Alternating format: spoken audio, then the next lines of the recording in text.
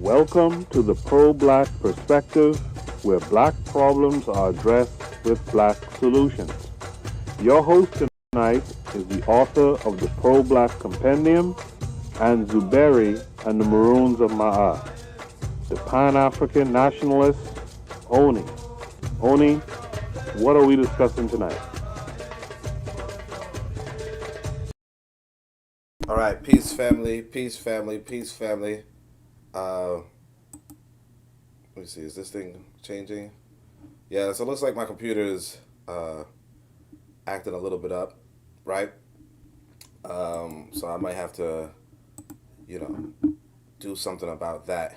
But outside of that, I do want to introduce you to the pro-black perspective. We're going to be doing the Pan-African report. I might actually have to change this format. I know somebody likes it, but I might do something differently, after I get this computer situation settled. But this is the Pan-African report. And today we're going to actually compare Bahamas and Barbados to other African countries. And we're going to do so because they're two tiny countries. But before we go into any of that, let me first remind you that I'm part of a network.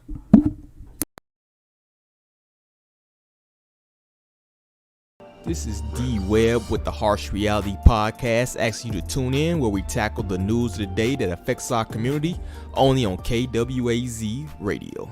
Greetings, everyone. This is Koku from the Bitter Medicine Podcast, inviting you to tune in to the Bitter Medicine Podcast on KWAZ Radio. You are listening to the Pro-Black Perspective on KWAZ Radio. And of course, don't forget the learning curve, right? Anyhow, let's jump right into it. It says that YouTube's not receiving enough information. I don't know what happened, but something happened, so, it is what it is, right? We're going to just jump right into it. So Bahamas and Barbados. I forgot to put the Independence Day for the Bahamas, but Barbados Independence Day is November 30th, right? Now, here's the issue with why I want to do both of them and why it's really, it really is something that you could just skip over, right? 385,000 people and 290,000 people, right? That's like I want to say almost the population of Harlem, If you're talking about, in fact, probably even less than the population of Harlem, if we're being honest, right? If you're talking about changing the world, I mean, Harlem is a nice, jump off point, right? But it's not going to have that sort of impact that you want, right? Let me see actually the population of Harlem. I'm gonna look it up real quick. Harlem population. Let's see. 233,000. Which is not a lot of people. And if you actually really look into the numbers, it's about 50-something% black. So it's really like 100,000 black people. It's we do put this higher focus on things going on in America. We do have this higher focus on pretty much the only thing I can say is that people in America. But it's only 200,000 people, and if you look into it, it's only 50-something% that are black, right? And that's in Central Harlem.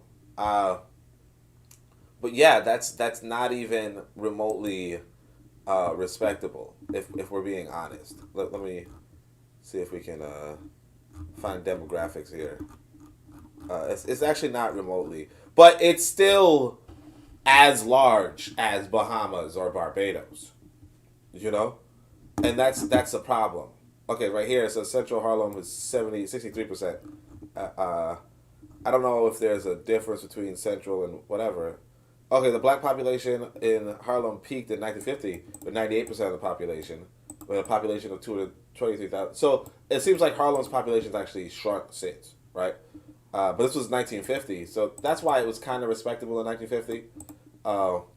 And 2000, they comprised 77% of the population. However, the black population is declining as many African Americans are moving out and more immigrants move in. So And I mean, and of course, you can see that on the business landscape. Let's go back to the Pan-African report. But the main point there was that this is not even like this would have been a respectable population in 1950. You know, it wouldn't have been a respectable population. But it could have been something. But this is a tiny population today. Now, here's the thing you want to see between the Bahamas and the Barbados, though. Barbados has a much higher population density, right?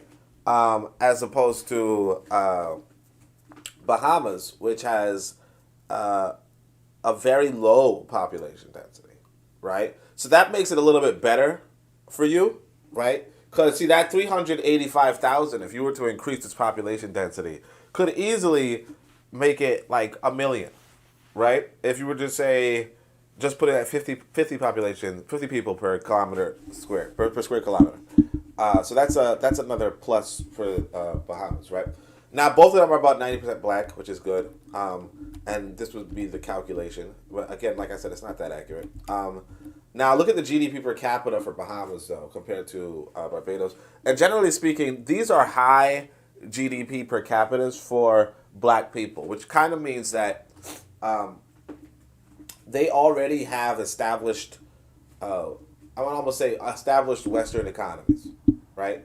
They already have established Western economies that the people can easily matriculate in, okay? That the people can easily matriculate in. You get this because they already have a higher GDP per capita, right? The revenue and expenditure is actually, and this is actually, you might be surprised, but this is actually impressive. Oh, no, sorry. This is actually low for African countries, yeah. So these are actually low, which is a good thing, right? Because it tells you that you can be that much more meaningful in these countries, right? And I'm going to try to go through quick because I realize I'm going to probably have to switch up the format of this Sunday worship. So, I mean, I understand if it's like we might have to change up the format. Although I feel like with this computer, how it's acting up, and not just that, it feels like I'm also feeling under the weather, right? But yeah, we're just gonna jump right into it. Let's see. So the surplus is what happens is that this right here is like a decently budgeted, like a decently respectable budget. You know, it's not too high, it's not too low, which is good. At least for Bahamas, Barbados, it's on the higher side, which means that they like actually saved a lot of money, right? The unemployment rate is higher than normal, but that also tells you how desperate people are for either Western employment or for employment in general. So you want to keep that in mind when you're thinking about where you're going for a country, right? How desperate will the people be? Now, here's this. The literacy rate in these countries is actually pretty high. So one of them is 93%, one of them is 99.9%. You know? Very high. They have good economic freedom. But see, there's no information on their press freedom, though. If you go to that website, there's no information on their press freedom. But they have a good index of economic freedom, which is actually a good thing, right? It tells you two things, right? It tells you that, one, it tells you that money talks there, right? That these white boys can go there and do whatever they want. These Asian boys could go over there. You know, I call them white too, but anybody could go over there and do whatever they want. But it also tells you that perhaps maybe you can go there and do whatever you want. That's something that is actually a good thing if you play it right. If we play it right. Now they also have a relatively high life expectancy, right? Which probably tells you the medical care there is adequate, right? And that's actually like, again, like it depends on how you look at it. You know, if you know how to handle your own health, you know, and you have a chunk of wealth, you will have you're likely to have a higher life expectancy anywhere. But yeah, that's just pretty much like, this probably just means that you could get some cheap fruit, cheap vegetable, you know, good doctors. So that's a good thing. That's what it is, right? Electricity access is 100%. Water access, clean water access, is near 100%. Now these are islands, but although Haiti is kind of an island too, but yeah, this is small islands, so you expect them to have good water and good electrical grids because they don't really need that much. Their infant mortality rate is very low, at 1%, which is pretty damn good. The Gini coefficient kind of tells you that they are very unequal societies, right? That you have economically unequal societies, so they have this wealth distribution that's really biased towards their upper class, right? Which kind of is a good thing for you too, right? These were not taken from this website though. The list of countries by Gini income. Let me see, was it income equality? Right, this was taken from other websites, so I would also take that with a grain of salt. Now here's where it gets a little interesting. So these are not countries that are giving, like you see this economy. This is the ideal bad economy. This is the ideal bad economy. They're not really focused on agriculture. They're not really focused on industry, and they're mostly focused on service. Right? That's detrimental, right? That's probably like tourism or something. That's detrimental because what you're going to have is you're going to have black people fighting over who can clean this white boy's toilet after he flushes it. Okay? Who's going to be wanting to clean this white boy's toilet after he flushes it? Who wants to answer the phone call when this white boy calls in and says, I'm going to reserve some contact there for 5 days or whatever? And how are the women down there? And then you gotta be, they gotta be, the women, blah blah blah, right? So this. By the way, I keep mixing up Bahamas and Barbados, so it actually helps me to do the both at the same time, right? The conversion of the USD is pretty good for an African country. The cost of water. Now this is actually kind of surprising because, like I said, they're islands, but the cost of water is very high. And the cost of bread is very high. And the cost of food is kind of high, right? Even the cost of foreign vehicles is kind of high. And of course, these countries have no neighbors. So this is actually interesting. So I'll tell you guys this. One time this dude called me, this brother, this black man, he said he was talking to me casually, that he dropped the N-word, right? And I was like, yeah, man, don't call me the N-word because that's linked with slavery. And he goes, yeah, man, but slavery was a long time ago, right? Slavery ended, blah, blah, blah, blah. And I said to him, look, if I put you on an island, and I controlled the cost of bread, right? And I told you that bread, if I put you on an island and I paid you, let's say $40,000. No, let's say $4,000 an hour, right? Or $1,000 an hour. I pay you $1,000 an hour for living on this island. Is that a good thing? And he's like, yeah, it sounds like it's a good thing. And so I say, now, what if the cost of bread, right, is $12,000 for a loaf of bread? What if that's how much it costs for a loaf of bread, right? Would it still be a good thing to be paid that much money?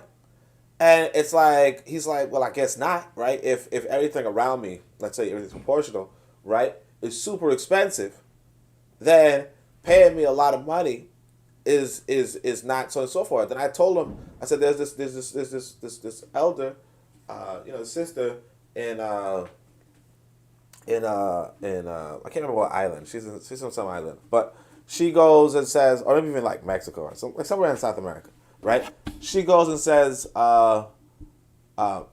actually, we are slaves to the cost of living. Carolina Maria de Jesus. She says, actually, we are slaves to the cost of living, right? When you have a high living expense, right? That's how people enslave you these days. You understand? So that's how people enslave you these days. So when you see that these cost of water is high, the cost of bread is high, the cost of fast food is high, the cost of cars is high, right? Even though we saw that they had a higher GDP per capita, it tells you that this white boy has these islands controlled. You know what I'm saying? And you don't got to go there to see that.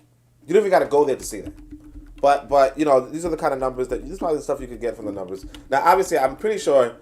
I can't remember, but I'm pretty sure. Oh yeah, I think it was. Yeah. So you know, obviously the radical organizations down there. We got the KWAZ Radio Network, hosted by Koku. Mr. Untouchable is also from Bahamas, so that's a plus too. But other than that, I don't really know much about the more information and the radical books and the radical films. But yeah, that should be that should actually be the end of the episode. So what I'm gonna do is I'm gonna try to work on a different type of programming for next like for probably next week or the week after. I might actually have to repair this computer, but other than that, you know, I appreciate you guys for coming through. Maybe I'm gonna switch up everything. You know, we'll see. But until next time, of course, Shem Hotep, Ankh Uja, Seneb Neb, Amen, Ma'at, Dua Netcher.